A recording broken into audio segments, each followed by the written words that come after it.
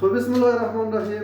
عزیزان امروز می‌خواهیم رابطه با یک تست جدید در نام HBS یا مشهور در بین مردم زردی سیاه است.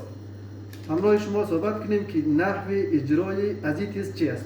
بیانون به خاطر از این تست ما به چند چیز نیاز داریم: به استریف مخصوص HBS، به خون مریض که ما قبلا گرفتیم و به سنترفیوژ و همچنان وسایل دیگر.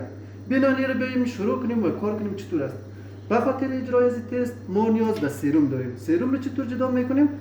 از خون مریض در داخل اینیزی تیوب را این نام ژل میگه، داخل از میگیریم و در سنترفیوژ میندازیم برای 5 دقیقه تا این سرم جدا شود. میمانیم.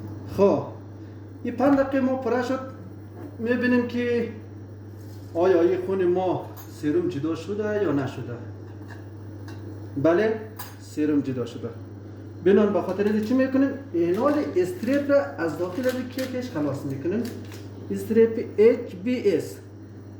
به خاطر اجرای هر تست که در کیت است باید ما به بروشور مخصوص از اون نگاه کنیم که ما قبلا بروشور را دیدیم. به خاطر اجرای از تست ما 100 میکرون از سرم خالص خون مریض میگیریم. 50 تیر از اینجا تکان میدیم. چند میشنه؟ مستقیم بده 100 میکرون.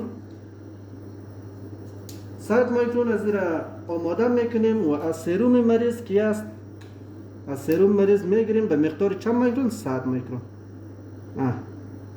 به مقدار 100 میکرون و در داخل از علاوه میکنیم و این را به خاطر از که تست نتیجه بده برای چند دقیقه؟ به خاطر از برای 5 الی 15 دقیقه در هوای اتاق میگذاریم تا نتیجه ما به دست بیاید که آیا مثبت است و یا منفی. به خاطر از اینکه مثبت است و منفی در هر کیت از دو گپ است. یکی تی است که به نام تست یاد می شود و یکی هم سی است به نام کنترل یاد می شود. کنترل باید همیشه تشکیل شود به خاطر که آیا تست می نوع پروسیجر ما امی کیتی که ما استفاده میکنیم آیا درست است یا غلط. و چیک است تست است. اگر تست تشکیل شد بعد از او ما میگیم مثبت است، اگر تشکیل نشد ما میگیم منفی است. حالا صبر میکنیم تا 5 الی 15 دقیقه ما پر شود و نتیجه خود را تماشا کنیم. خب یعنی 10 15 دقیقه تکمیل شد. حالا میبینیم تست خود را که آیا مثبت است یا منفی. قبلا گفته بودیم در صورتی که یک خط شد که عبارت از کنترل است که اینجا ما میبینیم هم یک خط تشکیل شده. در اینجا میبینیم خیلی خجل است این تی اس سی نوشته است.